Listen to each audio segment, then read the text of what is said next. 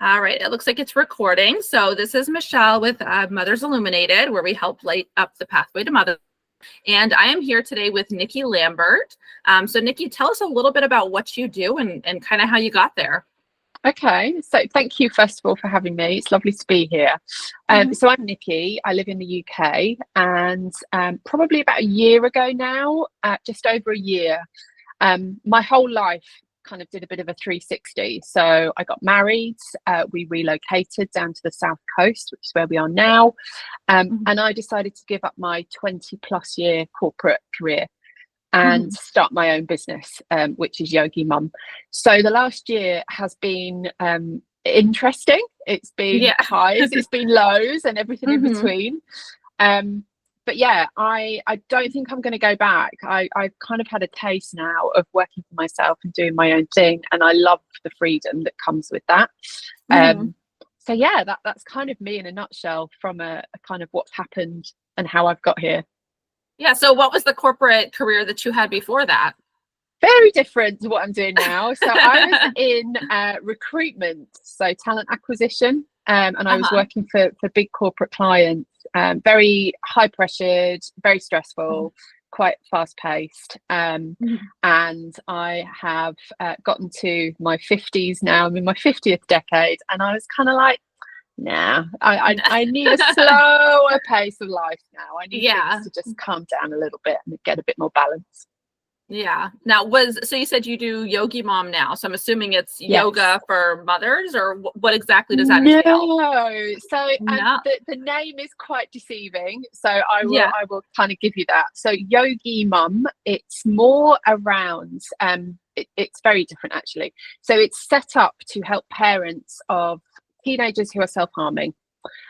So it's a very, very holistic approach to helping the parent through something that is quite traumatic.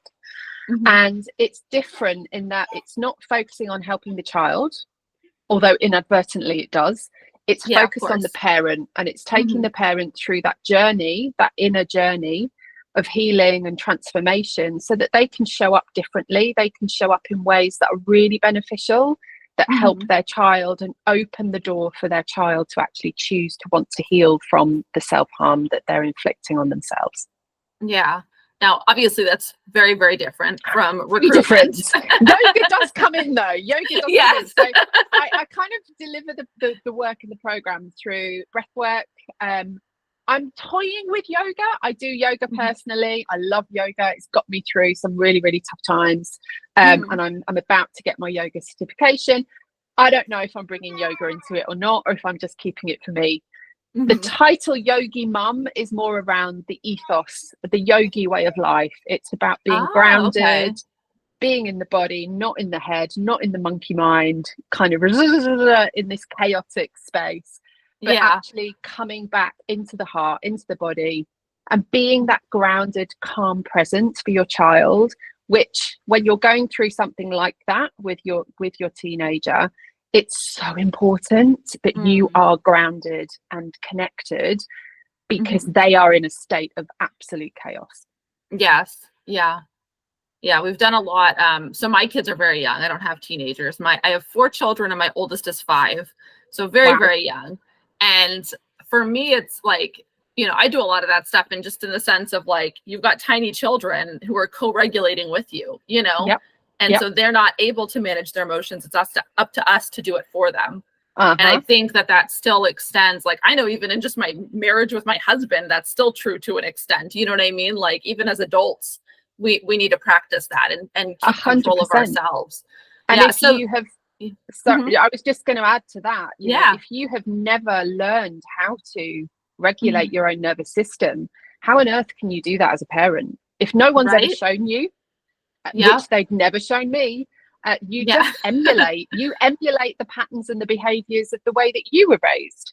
And sometimes they're not so good and they're not so healthy. So the breath work has really helped me personally be able to regulate my nervous system, so that I can then co-regulate and help co-regulate her and bring her into a state of calm and balance as well. Yeah. No, absolutely. So obviously, I mean, this must be a field of passion, right? This is not something you see everybody getting into. No, So no. what kind of led you into this field? So I think, quite honestly, because no one is talking about it from a parent's perspective, there's a lot of, self-harm is a huge problem here in the UK. I don't know about in the States. Yes, it is. It's on the increase and it's not going away. Social media has a part to play in that, in terms of it's teaching our children how to do it, which is quite horrific. And then there's all the social pressure that comes with secondary school, high school, and all the rest of that stuff that goes with teenage years. When I went through it with my daughter, there was no support for me as a parent. There was a lot of judgment, there was a lot of blame, a lot of shame projected. Well, clearly you've done something wrong as a parent, otherwise your child would do that, which is not very helpful. So I guess I had to learn the hard way of, because again, no one gives you a manual, right? It's like, I didn't even know what self-harm was until it was right in front of me. So I want to just help parents going through it almost shortcut to the things that do help and the things that do work, because they have a teenager at home, they have a child who is in extreme pain, extreme distress. So we want to get to that healing part, that kind of stuff that really, really is going to help quickly. Rather than doing everything wrong and making the problem worse, making the child feel worse, making you as a parent feel worse. So it's just sharing that knowledge and that experience that I've been through, together with the practical techniques that we've talked about, like the breath work, to just bring everything down and just calm everything down. And so you've been doing this for a year now, which is amazing.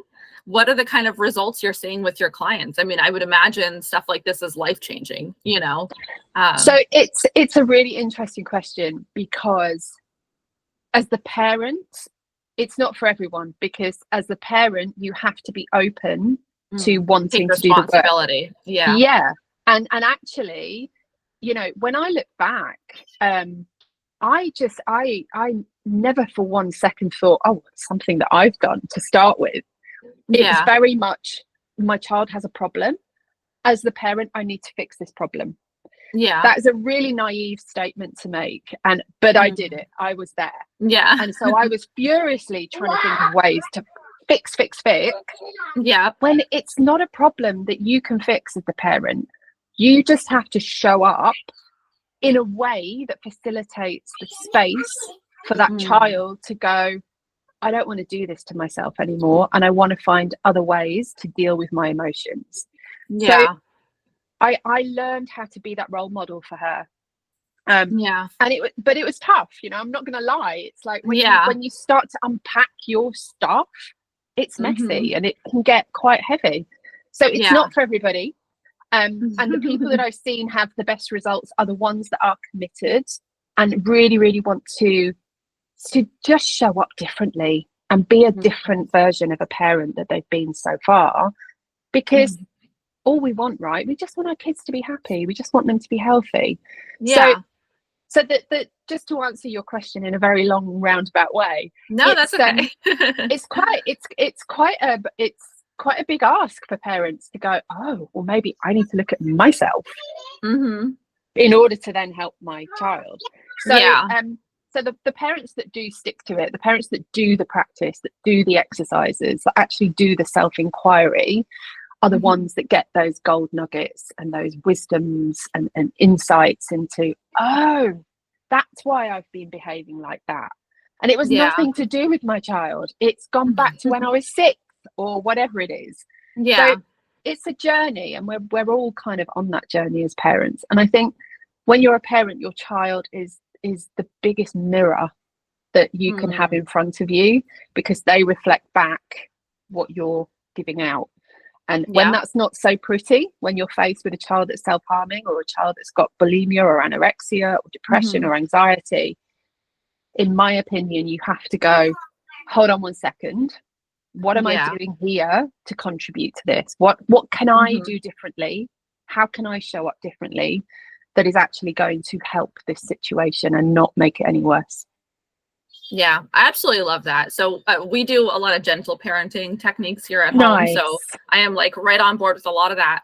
And I remember there was a pivotal moment when my oldest was about 2 years old and she was throwing a tantrum about, I don't even remember what it was about, but she was throwing a tantrum and she had this like scowl on her face, you know? And I was like, how dare you look at me like that? Yeah. And I remember my husband was just joking and he goes, oh, look, she's giving you the look that you give me sometimes. And I was like, oh my gosh, is that really what I look like? And it just really brought it home where it was like that for like the next week after that, anytime I felt, you know, these triggers or this emotion or whatever coming up, it made me really think of like, how am I presenting myself? And within a week, I was able to very easily see that I was behaving the same way as my 2-year-old, which was one, not okay because I'm an adult.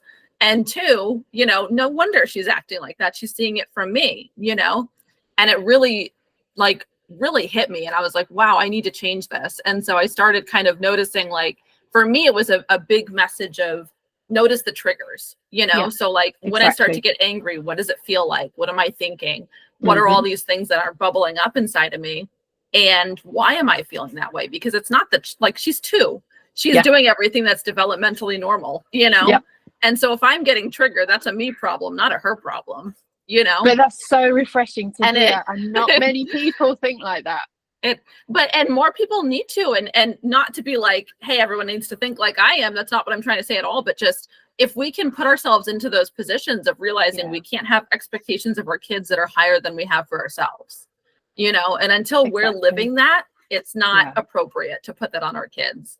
And so that was a huge one for me. Yeah, and I think as well, it's really important to just say that, you know, we never do this from a place of shame or blame or judgment. Oh, of course. Because we are always doing the best we can with the information that we have at the time. And, you know, I've been there. I've been that shouty mom. I've been that reactive mom. You know, it's part and parcel of our society, unfortunately, because we are all under so much pressure and life is so fast. And then when you've got a child in the mix who's placing additional demands and needs on you, that you don't know how to deliver, you know, it's a heightened stressful situation. So it's everything that I teach and everything that I walk the parents through is done with no judgment whatsoever, because just the fact that they are showing up, just the fact that they are saying, I'm prepared to do this, speaks volumes in terms of the intention that they're coming to the work with. Oh, absolutely. And everybody's got their own journey to walk down when it comes to that self-healing. And it was funny. We actually just recorded an episode like last week with a trauma coach. And so a lot of this kind of came up then too, because it's the same thing. It's like, how many of us are holding traumas from our childhood that we then don't even realize until we have our own kids and they start bubbling up because now all this stuff is being thrown back at us. 100%. You just don't know how to deal with it because we weren't taught that. You know, like I know growing up, my parents were under a lot of pressure. I was one of 6 kids. There was a lot of pressure in the household, and a lot of pressure means lots of popping, right? And that was how I grew up. And so for me, it's like, you know, how can I shift that? I don't want to bring that into my, into my household. And I was without realizing it, you know? And it's easy to feel justified in it too, is another thing that I learned. It was very easy for me to sit there and say, oh, well, I'm doing this because of X, Y, Z. But instead of sitting there and saying, wait a second, do I really need to be doing this because of X? Like X, Y, Z is not making me do this. I'm choosing to behave this way, you know? But so many of us are not even at that place where it's like they're not even aware.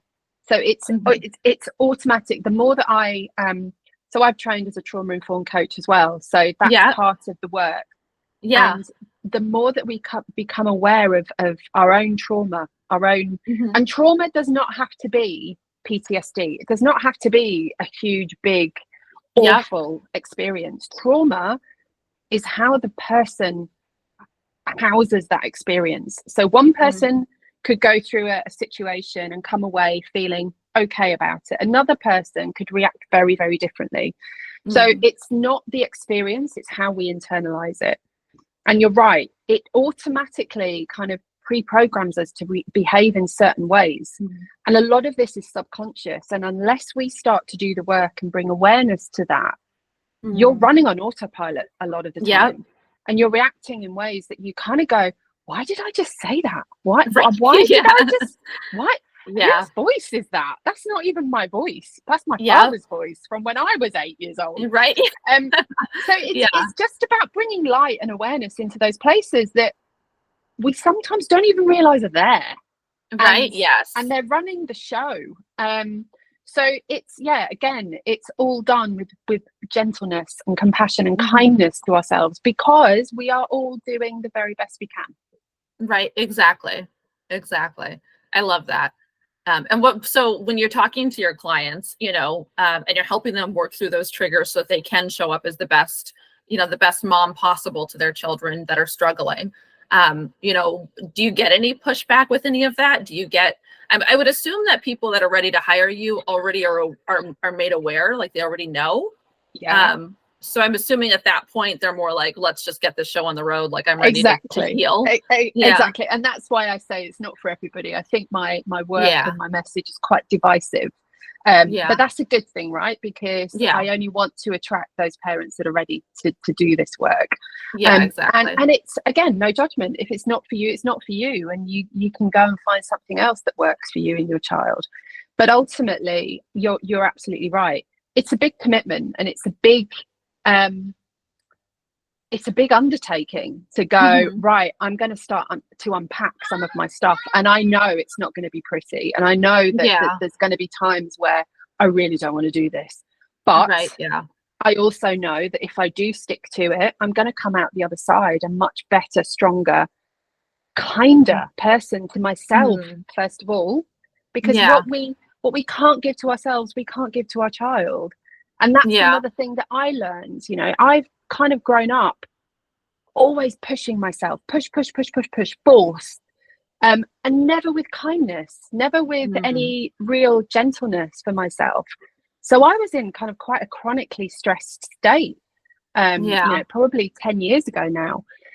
And it's only when you stop and you actually start to look at what was driving that, where did that come from? What are the messages that I've internalized that make me feel that I can't stop, that I have to keep going, that I need to keep pushing myself to the point of breaking down? It's when you start to uncover and unravel that you can then start to heal those parts of you that just have not had that kindness, compassion, love, whatever it is that you're missing. And then you're able to show up in a much kinder, gentler, loving, present way for your kids, which is what you want. It's what I always wanted, but I just didn't know how to get there. So it's that transformation it's a 10-week journey, but it doesn't stop. It doesn't stop after 10 weeks. I'm kind of like 5 years down the line from when I started, and I'm still going. There's still stuff that I'm unpacking that I'm like, oh, okay, that makes sense. That's why I do that. So it's an initial period of time, but once you've opened that door, you know that there's no going back. You know that you want to keep continuing to clear those layers and clear those, you've spoken about trauma informed, is also the ancestral generational trauma that kind of passes down through the lineage that, again, we are not even aware of. I can never say this word, epigenetics.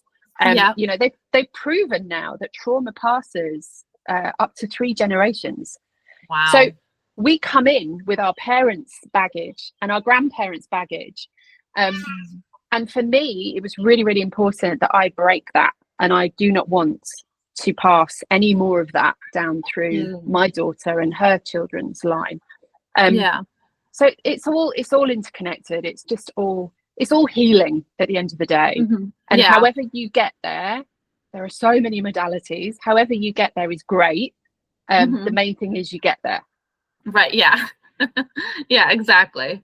So, and obviously, so you went through this with your daughter. How old is she now? She is almost 17 and about to start driving, which is quite frightening. Yeah. That's exciting though. It just makes you feel really old as a parent. You're like, 17? She's in a car? What? It's crazy. That's too funny. I'd say in the States it's 16. So I was going to say a little delay there, but that's so funny. I know. I keep thinking about it. I'm like, my oldest is 5. She still has plenty of time, but I'm like, oh my gosh, she'll be driving soon. And Evan's like, my husband's like, you've got plenty of time. Relax. It's not crazy. And it goes so fast. You know, everyone used to say yeah. that to me. Oh, it goes so fast. And I was like, yeah. Because it doesn't feel like it when they're small and you're running around and it's crazy. But now I look back and I'm like, oh, I do wish I'd had that time over again and just do things very differently. Yeah.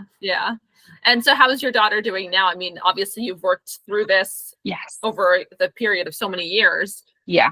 So she's great. She has turned her school around. So she was predicted on quite a kind of slopey downward spiral when she was in the middle of her journey. She completely turned that around. She came out, she finished.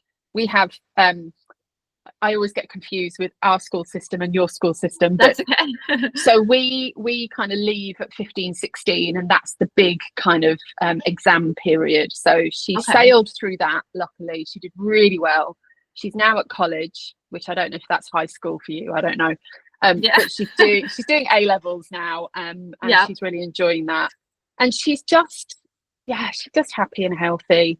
I'm not going to say that she's perfect. She isn't. You know, we've all got our crosses to bear, and she's got her stuff still to reconcile. But yeah, she's not self-harmed for at least 2 years now, that's amazing. If not longer.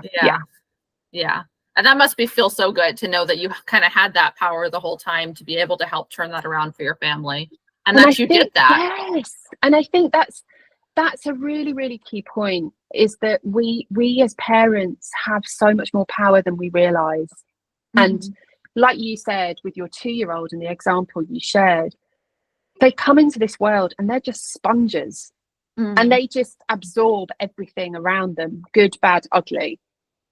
And so when you see the not so good stuff, you know, you do have that power to change it, because you're the most important person in that child's life. You know, you're their mum, their dad, their parent is the most important. And I think when you realize that you do have control on how you show up, you can show up differently, you can choose different behaviors, you can choose to talk to them in a real soft, gentle tone, whatever it is that your child needs. You've got the power to do that. You can change it. Yeah, that's so wonderful. I think, like, you know, when I think of like women empowerment, there's so many things that go on there. And I think as a mom, just the level of empowerment that's there is just unmatched. You're really, like, you know, you're shaping that next generation, you're shaping your family, you're shaping cultures, you're shaping so much there. And I think that's such a big responsibility. And I think sometimes that can feel really heavy. But, you know, like you said, when you come at it from an intentional space of really just giving yourself some grace and giving yourself that mercy of realizing you are just that wounded child from when you were a kid. And now we need to heal that and move forward, you know? Yeah. I absolutely love that. Yeah. And there's a couple of things there that I could speak to, but first of all, that wounded child, absolutely, we all carry that inner wounded child, whatever age, and that there are usually multiple versions of that wounded child inside. And it's really interesting, because as your children get to those ages, they start to trigger things in you that you didn't even realize were there. So and I can give you an example. You know, I was bullied at school when I was 12, 13. So I was bullied, which is not a nice experience for anybody. Yeah, of course. But I'd kind of, you know, I'd moved on, I'd buried that. You know, it's been a long time since I was at school. My daughter hit that age and she started self-harming. And I just find that really interesting that she was doing that to herself because of the way she felt about herself, when actually, what was she picking up from me when I was that age? It just fascinates me how these energetics and these ripples through our family lineage, how they work on a really deep subconscious level. But the second thing I think is really important about motherhood, about being a mum in today's society, is that it comes with an awful lot of pressure, because 90% of the time we're not able to just be mum. We have to hold down a full-time job. We have to look after the home. You know, we've got so much going on. as well as being a mum. Yes. And it's just that, you know, we get stretched so thin, I think, as women, that it is so important that we find those, whatever it is for you, whether it's yoga, whether it's breath work, whether it's just going for a walk by yourself in nature, we have to find that space and that time to fill ourselves up first, because we are giving. It's in our nature, right? We're women, we're maternal, we want to give. But that takes its toll when it's not balanced. Yeah. I think this is a perfect thing to segment right into kind of what it's like to be a stay-at-home or work at home mom with your business. I said this may happen. We're going to go ahead and just pause this for 1 second so I can shuffle my 3-year-old on out of here, but I will be right back. No problem.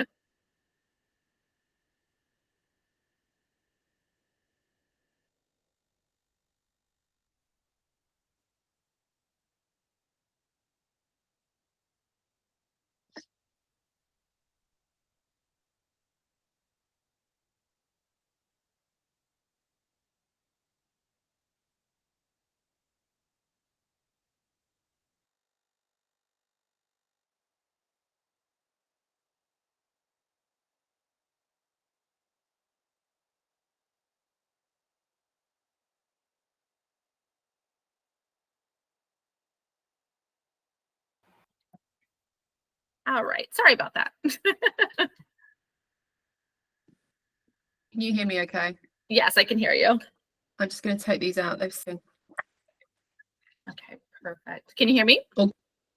Awesome. All right, perfect. So so tell me a little bit more about, so now you're, working at home. Right, I've got you now. Okay. Yeah, it sounds like there might be a little bit of a delay in the video, but that's fine. So you're working at home now, you left your recruitment job, you're doing this. So first of all, what does your daughter think about you doing this? I would assume she's super proud of you. I mean, that you're taking this and helping others. Yeah, so proud. And I do see further down the line that she would come into this as well, because I think as a parent, when you go through this, you have no idea what's going on with your child. You don't know how to connect to them. You don't know what's going on in their heads. You don't understand why they're doing this to themselves, right? So I think, and I've spoken to her about this, the more that we can share with parents from the perspective of the teenager that's been through it, share some words and some insight into why did she do it? How was she feeling? What did it give her? What was the relief that she found from that? And just give it some words, because you're terrified as a parent when you're first confronted with that. And you're reeling. You have no idea where to go with it or how to start that conversation. Because you don't want to make it any worse. You don't want to focus just on that. So yes, I do see her kind of coming in as she's older and helping, because my ultimate dream is that eventually I get the business to the point where I can run retreats for parents and children to come together and to that would start be amazing. Bringing that connection back, and just working through all the blocks and everything that's in between that relationship coming back together in a really beautiful way. And like I said, I did everything wrong to start with, and I took it personally to start with. I was almost a little bit I don't even know what the word is, but I kind of was like, you're just doing this for attention.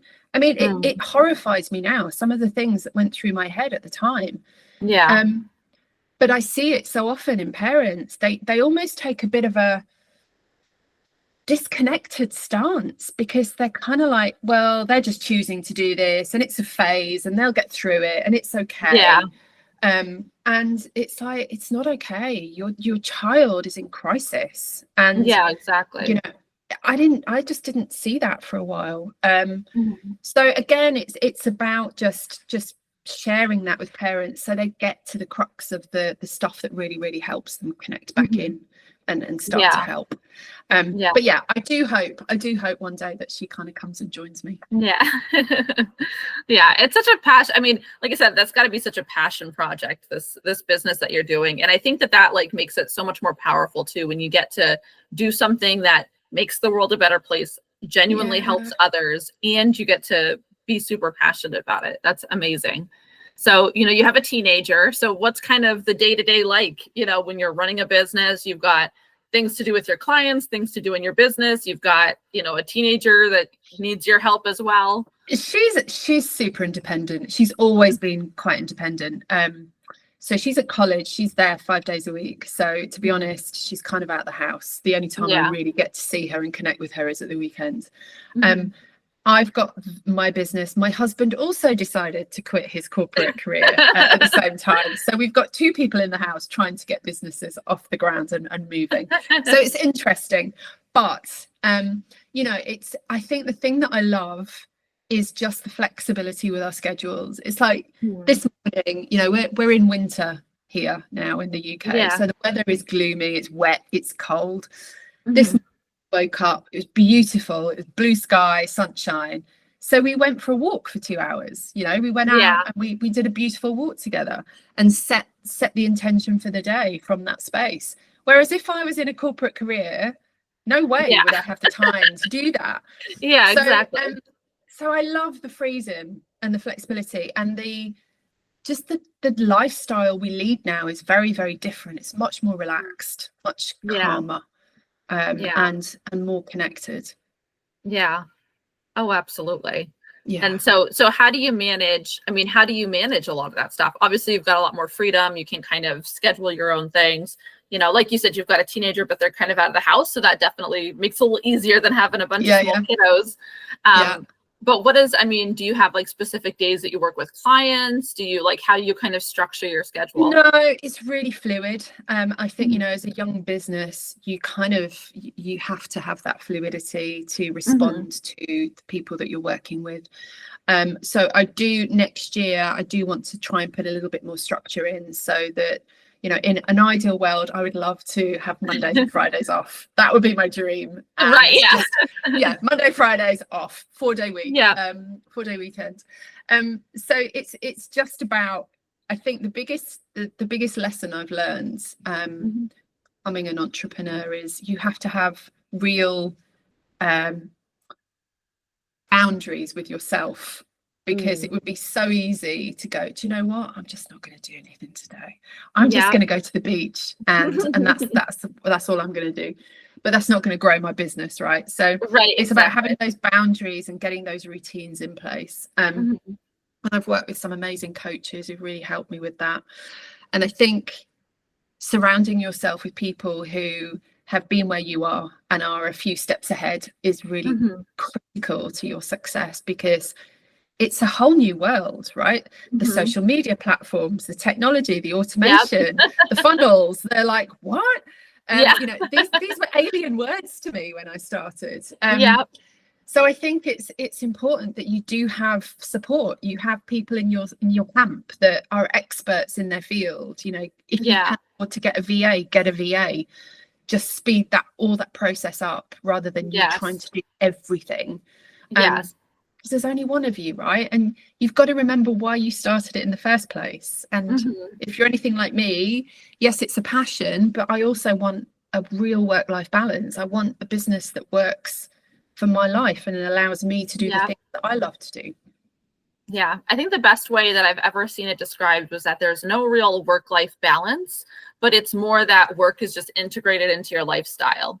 Nice. So it's like when you have a business that just becomes your lifestyle, then that's like the real work-life balance. It's not like, oh, I have to work now, I have to do, like life now. I like that. It all just is seamless. And I think that that's like the only way to really make that super fluid like that, Yeah. And I think the difference being is that if you're doing your own thing, you're usually doing it because you're passionate about it and you love it. So it doesn't necessarily feel like work. So maybe that helps with that blurriness of the lines. Oh, absolutely. I think so. Yeah. And then I recently also came across something that I thought was great too. and it says kind of like about like your boss hat and your employee hat. Cause like you said, it's so easy to wake up one day and be like, oh, my kids are acting psycho. I'm not going to do any work today. Yeah. But it's like, you still got to do stuff. You can't, like, every day is going to be hard. You can't just Yeah. decide not to do it, you know? Yeah, And yeah, so one of the things that I saw was like, right before you go to bed, make a list of all the things you need to do tomorrow. You know, that's like your boss hat, you know, put on your boss hat, make a list of all the things that need to get done tomorrow. And then the next day you're the employee, right? You're not the owner of the business, you're the employee, and here's your tasks of what you need to get done. And so you just have to find a way to get it all done. And Yeah. if you can do every single thing on your to-do list every single day, you know, first of all, it makes you be intentional about what you're adding to your to-do list, Yeah. right? Because you're only going to focus on the things that actually make income, right? You're not going to focus on the things that don't really matter. You're going to Yeah. focus on because you need to make sure you get it done. And just having that kind of intentionality behind the business, I think, is like a huge game changer. Yeah, yeah. Um, So I do something similar. Yeah. It's 3 things. So every night, 3 things that I need to do tomorrow that are income generating. So exactly Yeah. as you just said, because my to-do list could be, you know, I could have 1,000 course, things on yeah. there right now. But Yeah. it's choosing those 3 priorities that you know Yeah. are going to move you forwards, and then making sure that you do those first. Right, exactly. And you're right. You have to get disciplined, and you have to be intentional. Otherwise, it's just it's doesn't too work. easy to not. Yeah. Too easy. Yes. Yeah. I think the discipline is the hardest part of being an entrepreneur, at least from I my agree. experience. Because Yeah. like you said, there are some days where you just wake up and it's like, I really would rather not. Yeah, exactly. So nice outside. Yeah, It's not. exactly. Exactly. Oh my goodness. Yeah. I just, so if you were talking to someone who wants to start their own business, they've got a passion, they want to turn it into a business, what would be like your top piece of advice for them? My top piece of advice would be to surround yourself with some really, really solid Mhm. people.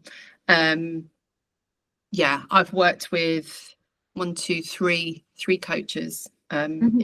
in the last year, and they've all given me something very different. One has given me a lot of structure. One has given me a lot of confidence to just listen to Mhm. my wisdom. You know, you don't necessarily have to do a cookie cutter model Yeah. of someone else's business. You take the bits that resonate, and then you leave the rest behind. Yeah. So I think it's a lot of what I've learned over the last year has been that mindset shift. Mhm. When Yeah. you're an employee, when you're getting paid, you're kind of told what to do. It doesn't really matter what level you're at. You know Yeah. that you've got a certain number of tasks that you need to deliver. Yeah. So you're a little bit on autopilot, because you know that, well, you know, if you've been doing that job for a number of years, you kind of know what you're doing, and so Yeah. you don't really need to think too hard about it. Whereas when you're doing it for yourself, there's so much to learn, there's so much to get your head around. That mindset piece is really important, to not beat yourself up if you don't know the answer, not to Mhm. think that you're going to be perfect at everything, because you won't be. There's some Yeah. bits of it that I really love, and there's some bits that I hate. Yeah. Yeah. And that's fine, because it's, you know, as your business grows, hopefully you can get someone else to do those bits that you don't like, and then you Yeah. just focus on the nice stuff. Right. So Yeah. yeah, it's definitely get yourself some people in your corner that Mhm. when you're having a really tough day, and you will have tough days, you know, it's a Yeah. given, then you've got people there that you can connect in with, who have been where you've been and have Mhm. gone through it, and they Yeah. can share that kind of knowledge and insight with you. Yeah. I love that. Yeah. I think they call that the power of proximity. You know, Yeah. it's like the power of being really around people important. who you want to be, you Yeah. know, and they always say too, you become the sum of the top 5 people that you spend your life around, right? So it's like we have to be really intentional about who we spend our time with. And a Exactly. lot of that is exactly that. Are we in groups of successful mom entrepreneurs that we want to, you know, learn from? Because you will, just by being around them, you'll develop their mindsets, you'll develop their habits, you'll develop those strategies, and you'll learn so much. And so just being intentional about who you're around, I absolutely agree. Yeah. 100%. And then if you were to talk to a mom who has a teen that's self-harming, what would be your top piece of advice for them? So I guess make sure that you've got all the right things in place for your teenager, number one. You know, there's a lot of support out there from, well, there is in the UK, I can't speak for the US. There's a lot of support from your doctor, your medical kind of practice, from the mental health systems over here, the schooling systems. Make sure that you're doing all of that stuff, and that's kind of, you know, that's the bread and butter. You've crossed the I's, you've dotted the T's with that. And then it's about choosing to go, okay, I'm going to get really honest with myself. I'm going to take a really long, hard stare at myself in the mirror. And I'm going to say, not from blame, not from shame or judgment, just get curious. What am I doing here that is not helping? What am I, how am I showing up? What energy am I bringing to this situation and to my child? And where do I need to look at that? And where do I need to shift that? And it could be tiny things, or it could be big things, you know, it's all dependent on the situation. But it's to do it with gentleness, because it is such a tough path to navigate. And the last thing you need to be doing is beating yourself over the head with a stick on top of everything else you're trying to deal with.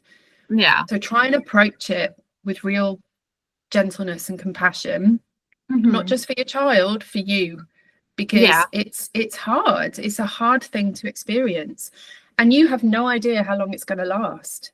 And if someone is presented with a child that's self-harming, as I was, if someone had said to me, you've got 2 years of this, I'm not quite sure that I would have been able to cope knowing that I'd got 2 years. So you can only take one day at a time, and you've just got to show up and do the best you can in every moment. But you're going to get it wrong, because we do as parents. Yeah. But again, you've just got to not beat yourself up and not add to that stress that's already present in your child. Yeah. And just love them harder than you've ever loved them, because that's what they need. They need to know that they are safe, they're accepted, they are loved, whether they are self-harming or not. That's what they need from you. And that can be tough when you're presented with a teenager that's pushing you away, a teenager that doesn't want to talk to you, that just wants to sit in their room and keep the door shut. That's hard. It's hard when it's like thrown back at you all the time. But as you said earlier, we're the adults, and we have to rise to the occasion if we are going to show them that there is a different path available. And to speed up and facilitate that healing for them, we have to be the role model. We have to be that walking, talking example of something else being possible for them. Because in that moment, they are just consumed by that darkness and that depression and whatever else is going on for them. Yeah. That's beautiful. So if there's any moms out there that need this help, how can they reach you and get a hold of you? Yeah, so I'm on all the social media platforms, Yogi Mum Official on Instagram, yogimum.com is my website. I've got free resources on there. So, you know, it's not just about coming and paying for my services. There's free stuff and free advice. I want to create a community. I want to have somewhere that people can come and feel safe, feel heard, feel seen, not judged. And whether they want to share or not, that's fine. But just to know that they are with people that get it, and they've been there, or they're going through it at that same time. So yeah, come on over, head over to my socials, DM me anytime, and I'm always there. Perfect. I love that. Well, thank you so much for being on the show today. Thank you. And we'll have to chat about this again another time at some point, because I feel like there's just so much to unpack with childhood trauma and stuff, and how to show up. That is a whole other subject. You're right. Right. But it's been so much fun. I don't know if I can say that, fun, when we're talking about something quite serious. But that's what I want. I want to bring some lightness to it, and just let people know they can talk about it, because talking about it is the only way that it changes. Oh, absolutely. I agree 100%. Yeah. So. But thank you so much. Yeah, of course. Thank you so much for being on here. No worries. And have a good rest of the day. Thanks. You too. See you later. Bye-bye.